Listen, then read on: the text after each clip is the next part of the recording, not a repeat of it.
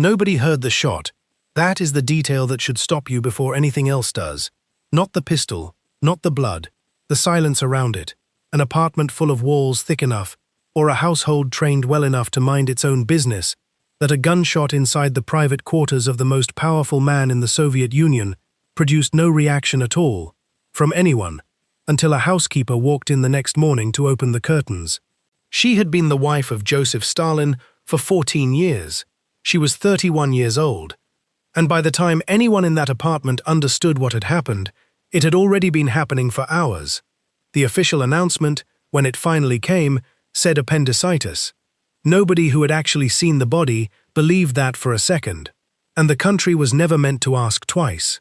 Ladies and gentlemen, welcome.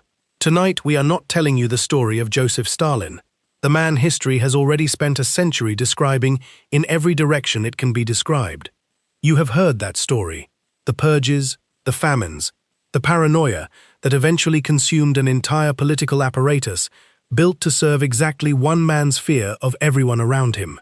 What you have not heard, in any detail the record can actually support, is the story of the 17-year-old girl who married that man before any of it had a name, and who ended up on her bedroom floor in the Kremlin 14 years later with a small pistol her own brother had given her as a gift. Her name was Nadezhda Alliluyeva. Nadia, to everyone who loved her before the world found out who her husband was going to become. Her story does not begin in the Kremlin. It begins 17 years earlier, on a hot afternoon in Baku, with a 2-year-old girl slipping off a dock and a young revolutionary jumping in after her, without stopping to think about it. The Alliluyev family were Bolsheviks before it was safe to be one, and they were something else that mattered just as much in the world Nadia grew up in. They were hosts. Her father, Sergei Alliluyev, was a railway electrician by trade and an underground revolutionary by conviction. The kind of quietly useful man every clandestine movement needs and rarely credits. Someone with a legitimate job that let him move through cities without suspicion, and a spare room he was willing to open to men the police were actively hunting.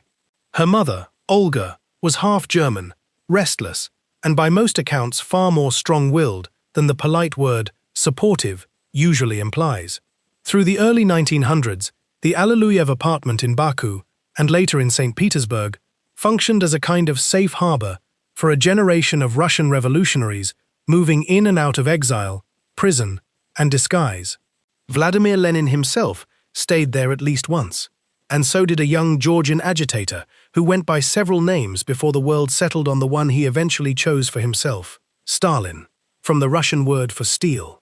Nadia was 2 years old the first time he mattered to her family in a way anyone bothered to remember afterward. The story, retold so many times by so many different relatives that its exact details have gone soft at the edges the way family legends do, holds that she slipped from a dock into the water at Baku, and that the 25-year-old houseguest staying with her father went in after her without pausing to take off his coat. Whether it happened exactly that way is not something any surviving document can settle for you. What is not in dispute is that the story existed, was told inside that family for the rest of Nadia's childhood, and did the one thing all founding myths do. It gave a dangerous, difficult man a permanent, uncomplicated place in a little girl's understanding of who had once saved her life. She grew up, in other words, already primed to trust him.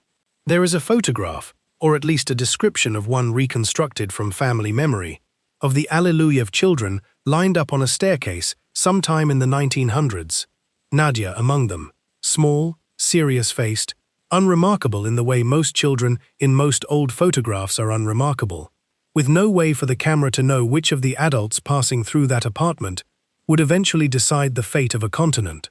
That is the strange texture of this particular story, more than almost any other this channel has told.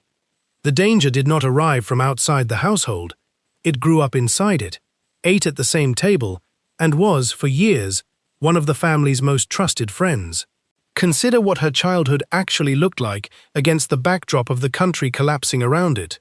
Strikes, arrests, her father in and out of police custody, underground meetings held in rooms where the children were told to play quietly and not repeat what they overheard. By the time the monarchy fell in 1917, Nadia was 15 years old and had spent her entire life inside a household that treated revolution the way other families treated church-going, as the organizing fact of the week, non-negotiable, structuring everything else around it. When the Bolsheviks actually took power that October, the family that had spent 2 decades sheltering fugitives suddenly found itself sheltering the new government instead. Stalin, older now, harder, already a serious figure in the new order, came and went from their orbit the way he always had, except that now the stakes on the other side of every conversation were the fate of an entire country rather than the safety of one apartment. Nadia was 16. She had grown from the toddler in the origin story into a serious, intelligent, occasionally headstrong young woman who wanted, more than almost anything, to be useful to the revolution the way her parents had been.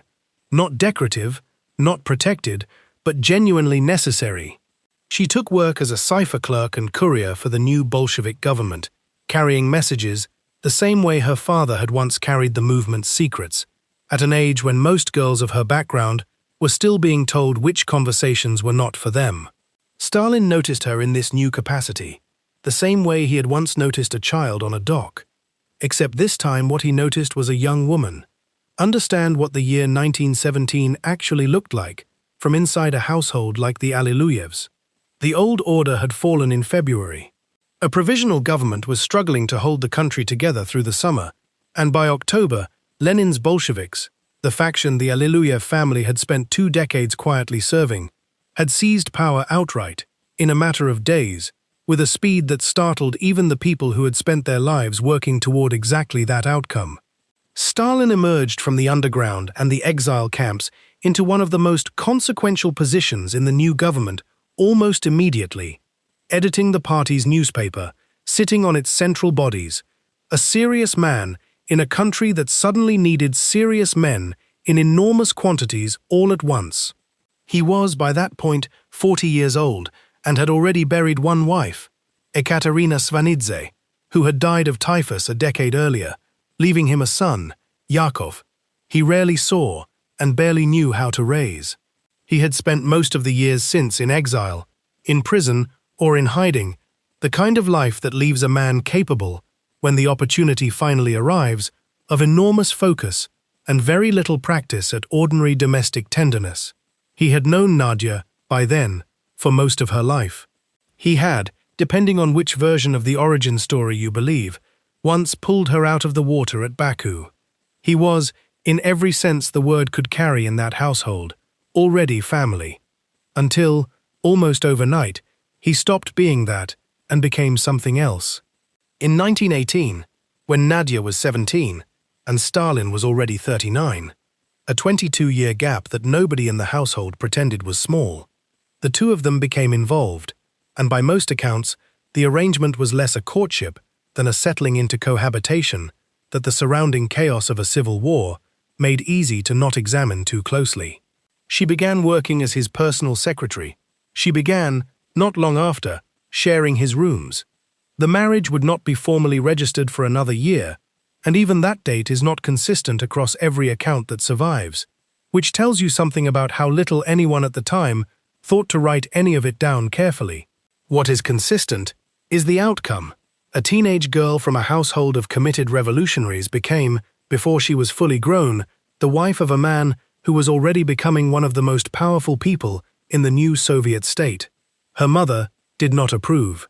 Olga Alliluyeva is recorded, in more than one family account, as having deep reservations about the match, not political ones, but personal ones. She thought Stalin cold. She thought him driven in a way that left no obvious room for warmth toward the people closest to him. She was not wrong, though it would take her daughter the better part of 14 years to fully discover exactly how right she had been. Nadia married him anyway. She was, by every account of her temperament, not a girl anyone successfully talked out of a decision once she had made it. Consider, too, what she was actually choosing, and what she could not have known she was choosing. In 1918, Stalin was not yet the man the 20th century would eventually spend so much effort trying to understand. He was a serious, capable, occasionally ruthless administrator inside a revolutionary government, still fighting a civil war for its own survival. Dangerous, in the way every man with real power inside that government was dangerous, but not yet singled out, even by his rivals, as uniquely so.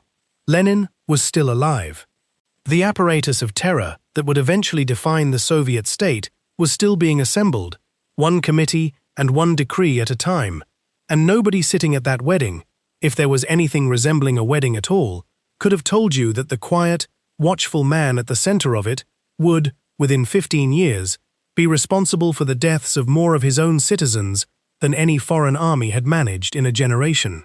Nadia married a man she had known nearly her whole life, who had a claim on her family's gratitude going back to a dock in Baku, who was, by 1918, one of the more promising figures in a government she genuinely believed in.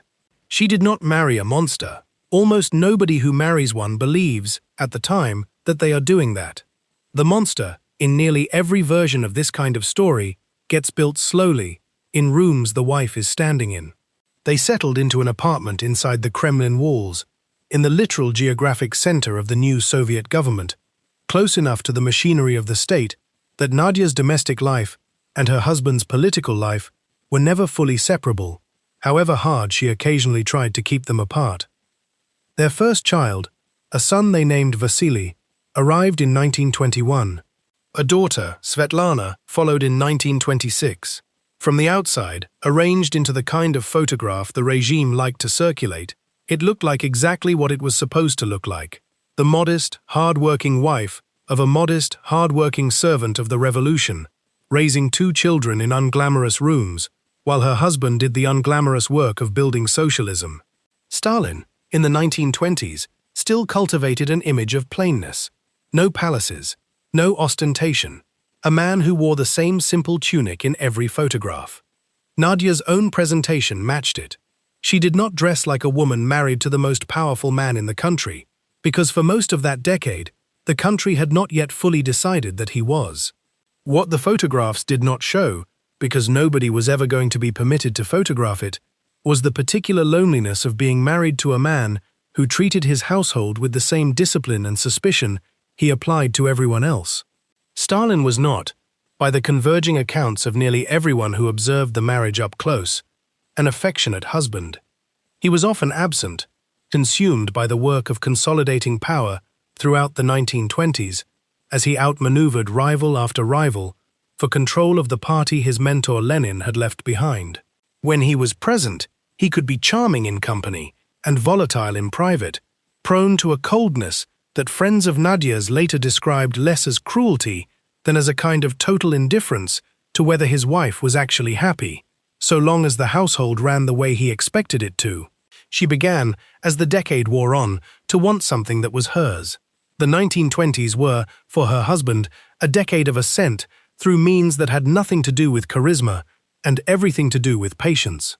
Lenin died in early 1924, and the struggle to determine who would actually inherit control of the party consumed the years that followed. Stalin outlasting rivals like Trotsky and Bukharin, not through any single dramatic confrontation, but through the slow, methodical accumulation of loyal appointments inside the party bureaucracy. The kind of unglamorous administrative work that looked, to outsiders, almost boring, and that turned out to be the single most effective route to absolute power the century would produce. Nadia watched this happen from the inside of the household it was happening for. She would have understood, better than almost anyone else in the country, exactly how much of her husband's attention was going somewhere other than toward her, because she was one of the very few people positioned to see both sides of the ledger at once: the ordinary, distracted man she lived with, and the increasingly singular figure that man was quietly becoming across every committee room in Moscow. By the end of the decade, there was no longer any real ambiguity about who Stalin was inside the Soviet system. He was, in every functional sense, the state, and a household built around a man who has become the state does not get to remain an ordinary household, whatever its members privately wish for. In 1929, Nadia enrolled as a student at the Industrial Academy in Moscow, studying synthetic fibers, a deliberately unglamorous technical field chosen by a woman who understood exactly what it would mean to study something people might actually find interesting to talk to her about, rather than something that only mattered because of who her husband was. She used a shortened version of her name in the registration, and by several accounts of classmates who did not immediately connect her to the Kremlin, she went out of her way not to be recognized. She wanted, more than almost anything available to a woman in her position, to be treated as an ordinary student rather than the wife of the General Secretary. For a while, it gave her something like relief. She made friends who liked her for reasons that had nothing to do with power. She argued about chemistry in seminar rooms instead of politics at dinner tables. She was, by the accounts of people who knew her only in that context, funny, serious, occasionally difficult, entirely recognizable as a young woman rather than as a symbol. Picture the specific, almost absurd ordinariness of it. A woman in her late 20s, wife of the General Secretary of the Communist Party, sitting in a lecture hall taking notes on the industrial production of artificial silk, going home afterward not to a palace, but to an apartment with a leaking pipe, or a difficult neighbor, or whatever small domestic complaint any other student in that room might have had. Classmates who worked alongside her for months without connecting the quiet, serious woman named Nadezhda Alliluyeva to the wife of the man whose portrait hung in every classroom in the country were not fools. She had simply gotten very good, out of necessity, at being unremarkable. It could not last, and on some level she must have known it could not. Word travels inside institutions the way it travels inside families, slowly and then all at once. And by her later years at the academy, most of the people around her understood exactly who she had come home to every evening. What changed was not the fact of it, but her tolerance for pretending the fact did not exist. But she could not actually leave the other life behind, because the other life kept intruding on this one. As collectivization tore through the Soviet countryside in the early 1930s, and the famine that followed began killing millions of people in Ukraine and elsewhere, Nadia, unlike most of the wives of senior Soviet officials, who by every account kept their distance from unpleasant realities, appears to have understood, at least in outline, what her husband's policies were actually doing to the country. Family members and classmates later described her growing distress at reports reaching Moscow, distress she was not always careful to keep to herself. She had grown up in a household that believed the revolution was supposed to make ordinary people's lives better. Watching what it was actually doing, from a front-row seat nobody else in that classroom had, appears to have cost her something she never fully got back. Stalin did not like being questioned by anyone. He liked it even less from his own wife. There are stories, impossible to verify with the kind of certainty this channel prefers, but persistent enough across multiple family accounts to be worth mentioning honestly, of Nadia intervening on behalf of people she believed were being treated unfairly by the regime her husband ran. A professor at the academy whose politics had drawn unwelcome attention. A relative of a friend swept up in one of the early waves of arrests that would later look, in hindsight, like a rehearsal for what was coming. Whether any specific intervention actually happened the way family memory eventually shaped it is not something the surviving paperwork can confirm one way or the other. What can be said with more confidence is that people who knew her in those final years describe a woman increasingly unable to separate what she was being taught to believe about the revolution from what she could see, with her own eyes, it was actually doing to people she knew. That kind of clarity is dangerous in any household. In hers, it was close to unsustainable. By 1932, the marriage that had begun as a teenager's infatuation with a family legend had hardened into something else entirely. A household defined less by warmth than by a kind of exhausted, watchful coexistence. Stalin's temper had not softened with power. If anything, the accumulating weight of total control over an enormous country had made him more suspicious, more prone to reading criticism into ordinary conversation, more willing to humiliate people in front of others as a demonstration of who was actually in charge. Nadia, by then 31 years old, mother of two, a student in her own right, was no longer the teenage girl who had married a family friend. She had opinions. She had, by several accounts, begun to voice them. The 7th of November that year was the 15th anniversary of the October Revolution, and Moscow marked it the way it marked every anniversary of that scale, with a vast parade through Red Square, marching columns organized by workplace and institution, banners, uniforms, the whole choreographed spectacle of a state performing its own permanence for itself. Nadia marched that day with her classmates from the Industrial Academy, one anonymous figure among many, in a column of students, which is very likely exactly the anonymity she had enrolled there hoping to find. That evening, there was a private celebration, a dinner at the apartment of Kliment Voroshilov, one of Stalin's closest political allies, the kind of gathering where the men who ran the country relaxed among people they did not have to perform total control in front of, or at least believed they did not. Accounts of exactly what happened at that dinner differ in their particulars, the way accounts of a single ugly evening inside a marriage nearly always differ once everyone involved has their own reasons to remember it a certain way. What nearly every version agrees on is the shape of it. Stalin, drinking, called across the table to his wife in a way that stripped her, in front of everyone present, of any distinction between herself and the other women in the room. By the most commonly repeated version, he called out something dismissive.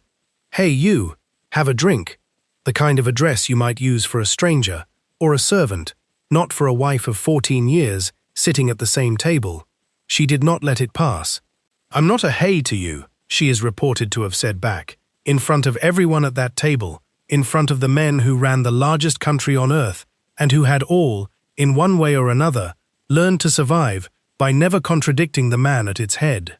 What happened next depends on which account you believe.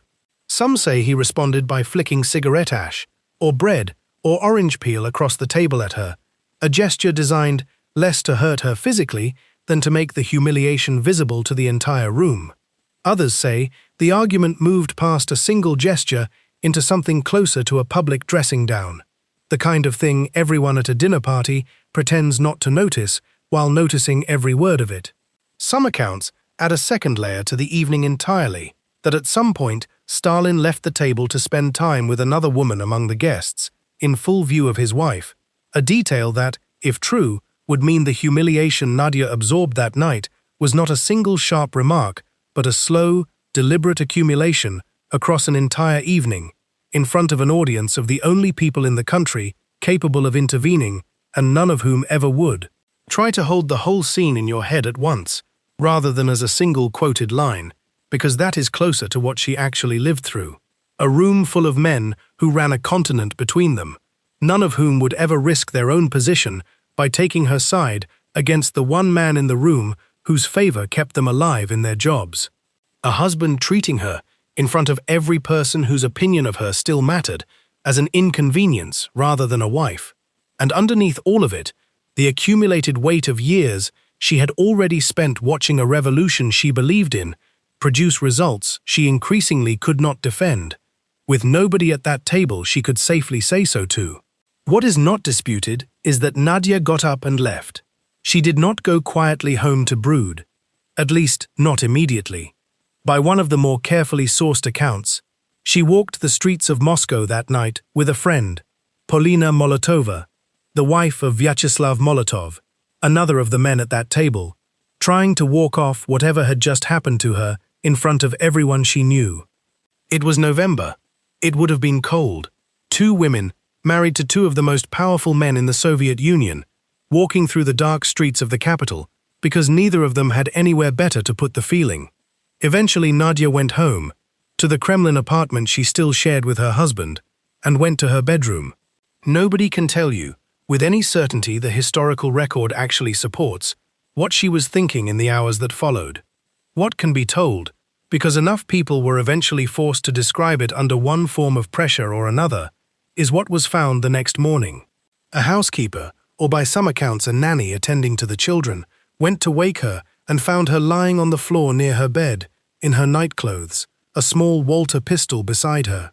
The gun had been a gift, 2 years earlier, from her own brother Pavel, who had picked it up on a trip to Berlin without any way of imagining what it would eventually be used for.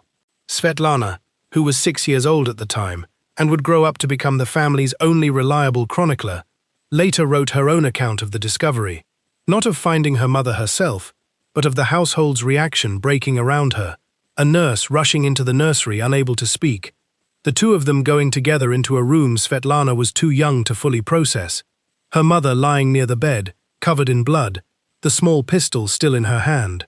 She was 31 years old. She had been married to Joseph Stalin for 14 years. Here is where the story splits, and where it has stayed split for nearly a century, because the room itself was cleaned before anyone thought to treat it as a scene that needed preserving. The official version, released to a country that was not permitted to ask follow-up questions, said Nadezhda Alliluyeva had died suddenly of acute appendicitis. It was, by the account of nearly every historian who has since examined it, an obvious fabrication, the kind of lie a state tells not because it expects to be believed, but because it wants the public record to contain something other than the truth, whatever the truth actually was. The suicide version, the one most historians now consider the most likely, holds that Nadia, humiliated in front of the country's ruling elite for the last time in a marriage full of smaller humiliations, went home and ended her own life with the pistol her brother had given her, in the one room in that apartment that was unambiguously hers. The murder version, which has never fully gone away and which several historians continue to argue for, holds that Stalin himself was responsible, that whatever happened between the two of them once they were alone in that apartment went further than an argument, and that the fabricated cause of death was not covering for a suicide the regime found embarrassing, but for something considerably worse. Proponents of this version point to the fact that the pistol was reportedly found on the side of her body, opposite her dominant hand, a detail that, if accurate, does not sit comfortably with a straightforward account of her having shot herself. They point to the fact that the room was cleaned immediately, without anything resembling the kind of forensic examination that might have settled the question, in a country where the one man capable of ordering that examination was also the one man with the most obvious interest in it never happening. Nobody who was actually in that apartment that night ever gave an account precise enough or independent enough to end the argument. Molotov, decades later, offered his own recollection, that Stalin had been thoroughly drunk at the dinner and was asleep in his own room by the time it happened, that he wept when he was told, that he said, in the aftermath, something to the effect that he no longer wanted to go on living himself. Whether that account describes a devastated husband discovering his wife's suicide, or a guilty man performing devastation over something he had done himself, is exactly the question the historical record cannot answer for you. And every honest account of this story has to admit that plainly, rather than pretend otherwise. Historians who have spent entire careers on this single question tend to sort themselves into two camps that rarely fully persuade each other. Those who favor the suicide account point to the pattern of the preceding years, the growing distress, the public humiliation that particular night, the fact that a woman capable of walking the streets of Moscow for hours, trying to calm herself down, was clearly already carrying something heavier than a single bad evening. Those who favor the darker version point to the timeline as it was reconstructed after the fact, the missing note, the cleaned room, and the character of the man at the center of it, who by that point in his career had already shown a documented willingness to have inconvenient people removed and inconvenient facts rewritten whenever it suited him. Both camps are, in the end, arguing from absence, from what a totalitarian state chose not to preserve, rather than from what it actually recorded, because a state built around one man's version of events has no structural interest in leaving behind the kind of evidence that might one day let historians settle a question like this with confidence. What we do know, because enough people close to the family described it consistently, is that Nadia left a note. Svetlana would later write that it was not simply a personal letter, but one that carried something close to a political accusation buried inside the personal one, a wife's final reproach to a husband, wrapped around what may have been a genuine judgment on the man he had become and the country he was making. No copy of that note has ever surfaced in any archive anyone has been able to verify. It may have been destroyed. It may never have existed in the form Svetlana remembered it, filtered as her memory was through a childhood spent making sense of a loss she was far too young to actually understand at the time it happened. This is one more thing the story cannot promise you an answer to. Stalin's reaction whatever its true origin, was not simple. He did not attend the civil funeral ceremony held for his wife, the public one, organized for the party and the state to pay their respects to the woman who had, in the country's official telling, simply died of an illness. At a smaller private viewing, he is reported to have approached the casket, looked down at her for a moment, and then made a dismissive gesture with his hand before turning and walking away, as though disposing of one more piece of unfinished business, rather than saying goodbye to a wife of 14 years. And yet the funeral itself, when it happened, was not the quiet affair a genuine appendicitis death might have warranted for an ordinary Soviet citizen. Stalin ordered a public procession through the center of Moscow, and it drew a crowd in the thousands. Ordinary people who had never met Nadezhda Alliluyeva but understood, in the particular way populations under an authoritarian government learn to understand things they are not told directly, that this was a moment that mattered, that the wife of the man who ran their country had died under circumstances nobody was explaining, and that showing up mattered in a way none of them could have articulated out loud. He had her buried at Novodevichy Cemetery in Moscow, among the country's most honored dead, and commissioned a marble monument for her grave, a sculpted likeness that still stands there today, nearly a century later, visited by people who know considerably more about how she actually died than the country that first walked past that monument in 1932 was ever permitted to know. He kept a portrait of her on the wall of his study for the rest of his life. People who visited him in later years, long after remarriage was never even attempted, described him occasionally glancing at it in silence, in a way none of them ever felt equipped to ask him about. It is worth sitting, for a moment, inside that contradiction, rather than resolving it too quickly, because the man who could not bring himself to walk into a public funeral for his wife is the same man who, within a few short years, would sign lists of execution orders by the thousand, without visiting any of the resulting graves at all. Grief, in Stalin's case, does not appear to have made him gentler toward anyone else. If anything, several of the historians who have studied the years immediately following Nadia's death argue that whatever restraint her presence had provided, and it may not have been very much, disappeared along with her. The Great Terror that would consume hundreds of thousands of Soviet citizens by the end of the decade had not yet begun in November of 1932. It began in earnest only a few years later, once the one person in his household who had ever been willing to contradict him at a dinner table was no longer there to do it. What happened to the rest of her family in the years that followed is its own kind of answer to the question of who Joseph Stalin actually was, underneath the grief, whichever version of that November night you find most credible. Nadia's sister, Anna Alliluyeva, whose husband Stanislav Redens had been a senior secret police official and one of Stalin's own trusted men for years, watched her husband arrested and eventually executed during the Great Terror of the late 1930s. The same machinery of purges Nadia had grown distressed about years earlier, now closing in on the very family that had sheltered Stalin as a young revolutionary and given him a wife. Anna herself was later arrested and spent years in prison and internal exile, released only after Stalin's own death in 1953. Nadia's brother Pavel, the same brother who had brought her the pistol back from Berlin as an ordinary gift between siblings, with no possible way of knowing what it would become, died suddenly in 1938 under circumstances that have never been fully explained, at the height of a purge that consumed people with far less proximity to Stalin than his own dead wife's family. Some historians have suggested poisoning. No official account has ever settled the matter, in the same way no official account ever settled the matter of how Pavel's sister actually died 6 years earlier.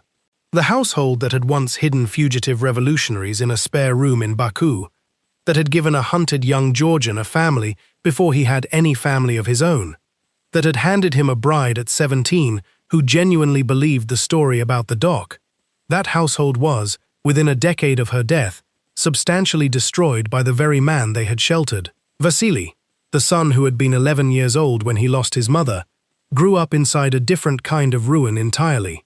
Raised by a father who had no evident idea how to be one, indulged with rank and privilege in the Soviet Air Force he was pushed into as a teenager, protected from consequences in a way that consistently made him worse rather than better, Vasily spent the rest of his life drinking heavily and behaving by nearly every account, like a young man who had never once been told no by anyone who could actually make it stick. He would die in 1962, at 41 years old, of alcoholism, in internal exile in Kazan under an assumed name, 9 years after his father's death and 30 years after his mother's. Whatever Nadia might have been able to do for that particular son, had she lived to try, is one more thing this story cannot give you an answer for. Svetlana survived all of it, grew up inside the strange, gilded isolation of being Stalin's daughter, and in 1967, more than 3 decades after her mother's death, defected to the United States, where she spent much of the rest of her life trying to write her way toward an honest account of a childhood almost nobody else was left alive, or willing, to corroborate. It is largely through her writing that the world outside the Soviet Union first learned any coherent version of what actually happened in that Kremlin apartment on the night of the 9th of November, 1932. Svetlana's own account of her mother, assembled across decades and multiple memoirs written from the safety of a country her mother had never lived to see, is neither a simple condemnation of her father nor a simple defense of him. She wrote of a mother she barely had time to know as an adult would have known her, filtered entirely through a 6-year-old's memory, and the family's careful decades-long silence on the subject. She wrote of learning, gradually, in fragments, what other relatives were willing to say, once Stalin himself was no longer alive, to punish them for saying it. And she wrote, more than once, of the strange experience of growing up genuinely uncertain whether her own father had been a devastated widower or something considerably worse, and of realizing that she was never, under any circumstances, going to get an answer she could fully trust. Not from the men who had been at that dinner table, not from the household staff who had cleaned the room, and not from the one man who actually knew. There is a marble monument at Novodevichy Cemetery in Moscow. It has stood there since 1932, commissioned by the husband who did not attend her public funeral, in the country he ruled for another 21 years after she died in it. People visit it today. Some of them know her name only because they know his. Fewer of them know that the woman under that marble was told, at a dinner table in front of the men who governed an empire, that she was not worth being addressed as anything more than, "Hey, you," and that whatever she did with that in the hours that followed, in a room where nobody heard the shot, has never actually been settled by anyone with the authority or the honesty to settle it.